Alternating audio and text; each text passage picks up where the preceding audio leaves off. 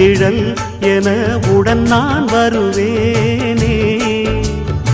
ஏழ் பிறப்பும் உயிர் துணை உனை நான் பிரியேனே.